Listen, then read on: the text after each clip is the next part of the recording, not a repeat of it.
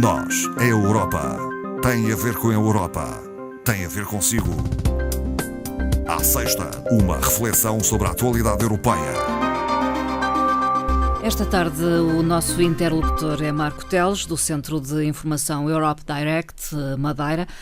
Boa tarde, Marco Teles. Boa tarde, Marta. Bem-vindo para mais esta conversa em torno das questões da atualidade na União Europeia. Lembrando que podem sempre comunicar connosco, agora através do seguinte endereço de correio eletrónico: noseuropa@rtp.pt. Fica esse o convite, se quiser ver esclarecido alguma dúvida ou algum tema.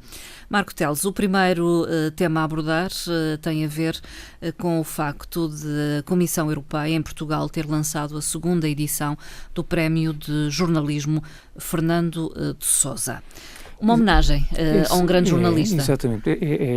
É também um tributo ao papel dos jornalistas em geral, mas claramente uma homenagem a um grande jornalista português, perito em assuntos europeus, e que todos nós com certeza recordamos. O Fernando de Sousa foi correspondente da SIC em Bruxelas durante muito tempo e, curiosamente, faleceu mesmo em Milão, quando estava a decorrer precisamente um Conselho Europeu. E, portanto, esta é uma homenagem da Comissão Europeia em Portugal, que promove este Prémio do Jornalismo, que é destinado, portanto, a jornalistas profissionais, através da apresentação de um artigo ou uma reportagem. Há 3 categorias de prémios, portanto, categoria jornalista de um meio de comunicação nacional, jornalistas de meios de comunicação regionais, e também cria aqui uma interessante categoria estudante. Portanto, a ideia é que jovens que estejam a frequentar o ensino superior de cursos ligados ao jornalismo, à comunicação social, possam também participar. Portanto, já não há muito tempo disponível, porque está no fim o prazo de candidatura. Termina precisamente no final deste mês de fevereiro. Aliás, houve até o prazo inicial era um pouco mais curto, depois esticou-se até o final do mês de fevereiro, e, portanto, a ideia é que o formulário também de candidatura é muito rápido de preencher. E, com certeza, nós temos de certeza jornalistas que fizeram reportagens excelentes, também aqui a nível regional, sobre esta matéria dos assuntos europeus e do papel das instituições e da proximidade das instituições europeias com os cidadãos. Vai falar do projeto Uma Nova Narrativa para a Europa, promovido pela Comissão Europeia. Decorreu nos últimos anos e já foi possível chegar a algumas conclusões. Sim, bastantes conclusões. Talvez só para recordar, porque quando surge este projeto, acho bastante interessante, das novas narrativas para a Europa, nós não tínhamos sequer ainda o programa Nós Europa. Portanto, isto surgiu em 2013, portanto, numa altura em que era presidente ainda da Comissão Europeia o português José Manuel Durão Barroso, como toda a gente se recorda.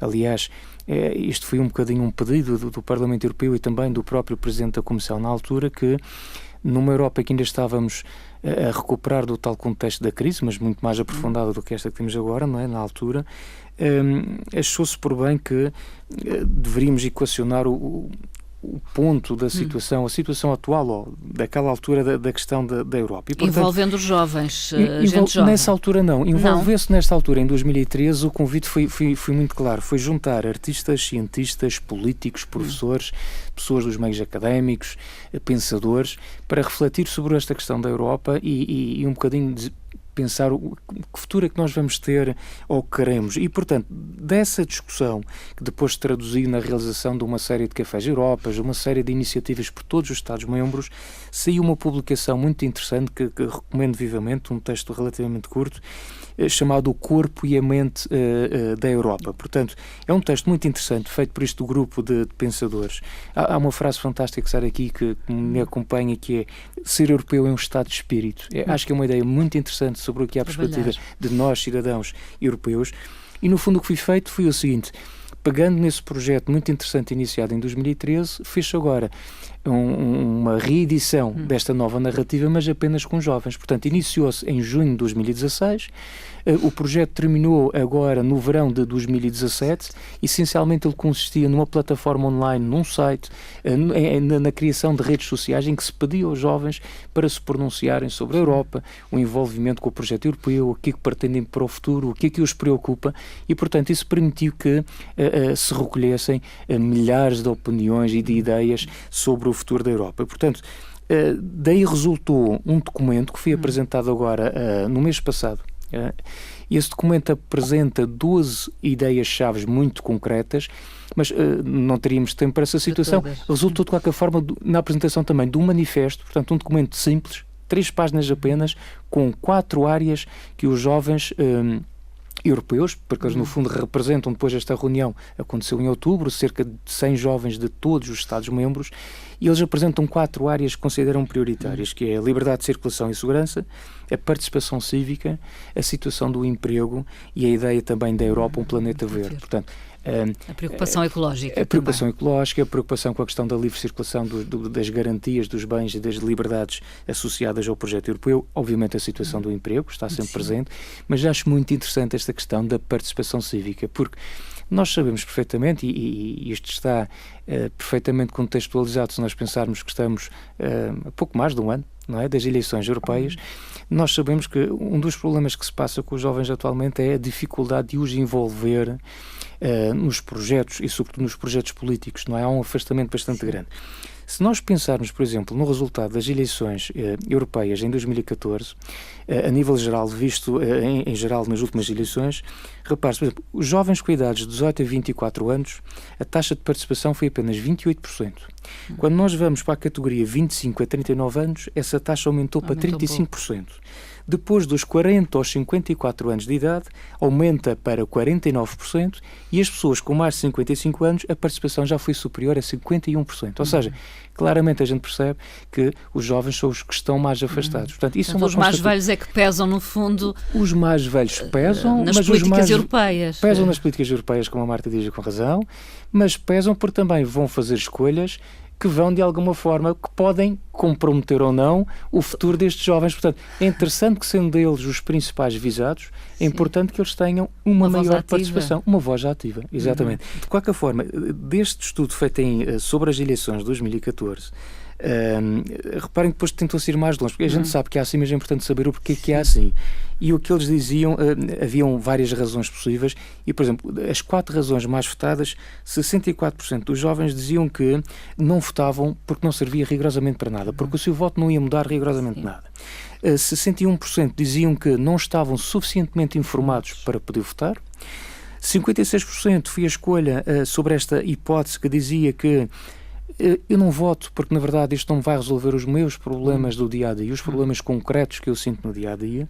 E depois uma quarta opção muito escolhida também, que dizia, por 54%, dizia que simplesmente não estavam interessados nem na política, nem no projeto europeu, não no projeto europeu, mas na questão das eleições. Portanto, nós temos que contrariar isso. E estes jovens, nesta reunião, onde se debateu e se fez este manifesto sobre a nova narrativa sobre a Europa, apresentaram aqui algumas ideias engraçadas.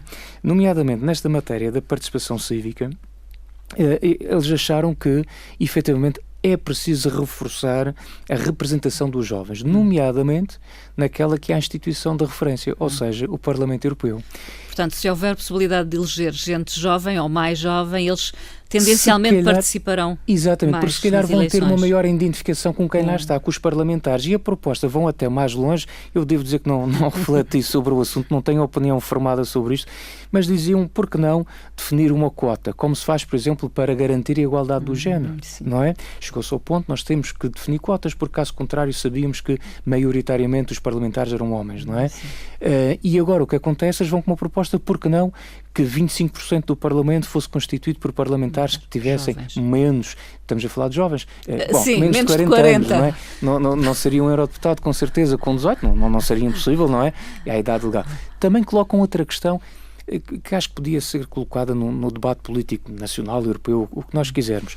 A questão da idade do voto. Nós sabemos que nos Estados-membros, por norma, são 18 anos, apenas na Áustria, já para as eleições do Parlamento Europeu, agora em 2019, em maio de 2019, vota-se com 16. E os jovens dizem, bom, e então, e por que não? E por que não nós, se calhar, anteciparmos a idade do voto? Somos responsáveis por algumas coisas, não somos por outras? Não sei. Eles também colocaram esta sugestão. São questões a discutir, a debater, não é? E uma outra que me parece muito interessante, e termino só com esta, que é a questão da votação eletrónica. Eu sei, há dias é curioso porque numa das sessões que nós fazemos junto das escolas, num projeto chamado A Europa Vai à Tua Escola, há dias uns estudantes falavam nessa questão. Bom, mas isto de votar é interessante, mas de facto aqui não tem piada nenhuma. Até estava a explicar, bom, mas o direito ao voto é algo que custou muito até em tempos remotos. Nós sabemos que até o direito de voto as mulheres ganharam numa fase posterior, não é? Nós sabemos a história toda no que toca à participação democrática, portanto é algo que nós devíamos valorizar, mas depois eles diziam com razão, quer dizer, mas é tão aborrecido, e nós temos que votar num domingo, e porque é logo num domingo, e é verdade, há outros países que optam, a Holanda, por exemplo, na quinta-feira, e o Reino Unido também, creio eu. Nós tradicionalmente votamos no domingo e votamos naquele sistema com o cartão do eleitor, aquele célebre cartão do eleitor, aquele papelinho que vamos atrás de um biombo, em que alguém que está sentado, ou 3 ou 4 pessoas estão sentados numa mesa, dizem em voz bem alto o nosso nome, havendo pessoas que até não querem saber que o seu nome completo é aquele, não é? Até podem se sentir embaraçados com essa situação. E depois vamos atrás de um biombo muito velho, pegar possivelmente numa caneta Bic que está amarrada a um cano para ninguém levar essa caneta para casa, e portanto e assinalamos esse registro num papel e dobramos em 3 ou 4 vezes o que quer que seja. Bom, eu não sei, confesso que não tenho alternativas, não sei, nunca pensei muito nesta questão. O voto eletrónico o voto eletrónico seria uma possibilidade, mas o que estava aqui em causa era, de facto, garantindo uma coisa que é absolutamente sagrada na questão das eleições, que é garantir que quem vota não está sujeito a qualquer tipo de pressão. Agora, como é que se poderia fazer isso? É uma discussão que eu acho que deveria ser colocada, porque não é, de facto, de modo nenhum atrativo para um jovem se deslocar a uma mesa de assembleia de votos para eleger o que quer que seja. Não é? Algumas das ideias apresentadas por estes jovens, ao que parece, vão ser transformadas em recomendações e apresentadas a Comissão, formalmente, digamos. Exatamente, a Comissão Europeia, entretanto, já referiu que estas ideias vão ser depois, algumas delas pretendem-se até transformar em recomendações que depois serão apresentadas aos diversos Estados-membros. Portanto, o documento, obviamente, tem muito mais ideias para além destas, não é? Isto foi algumas que nós temos cá a falar, apenas para reflexão, mas o documento é um pouco mais exaustivo e sim, representa a voz dos jovens, e se queremos mudar alguma coisa, obviamente, nós também temos que ouvir essas mesmas ideias que eles apresentam, não é?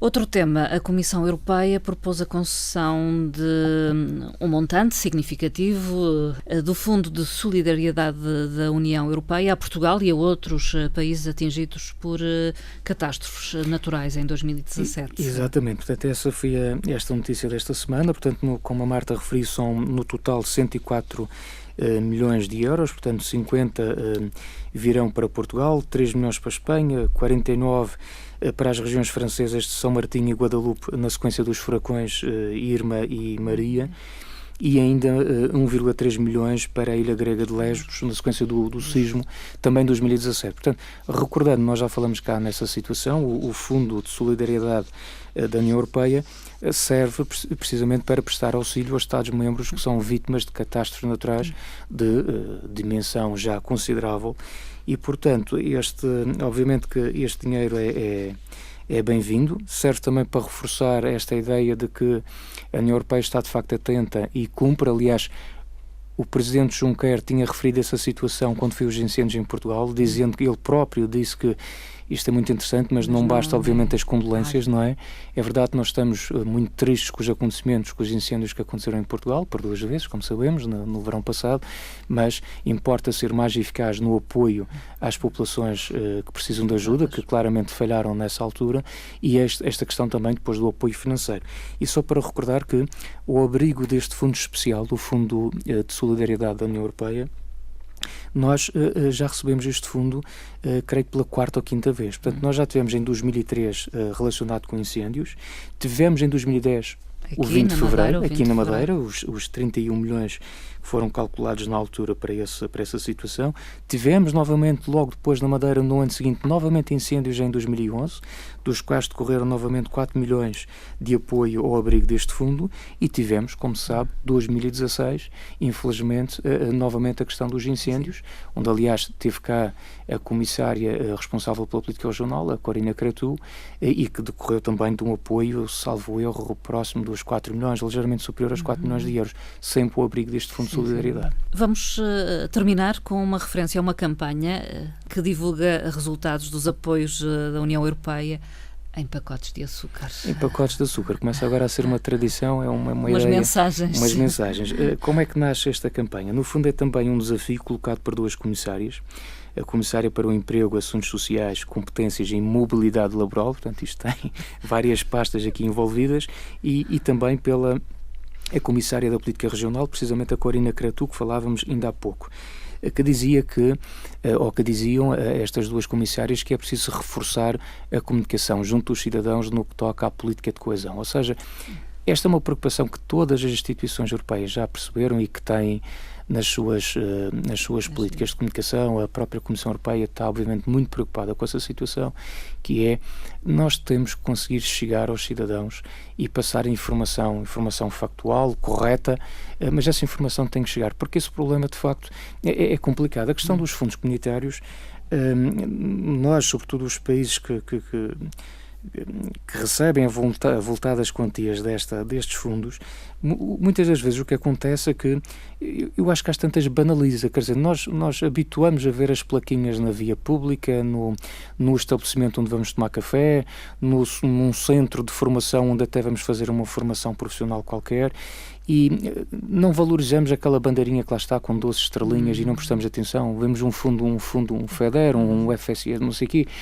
Acabamos por ver uma variedade de fundos, que isso também é um problema. Atualmente o que se está a utilizar em termos de estratégia é a ideia de se referir apenas a fundos da União Europeia.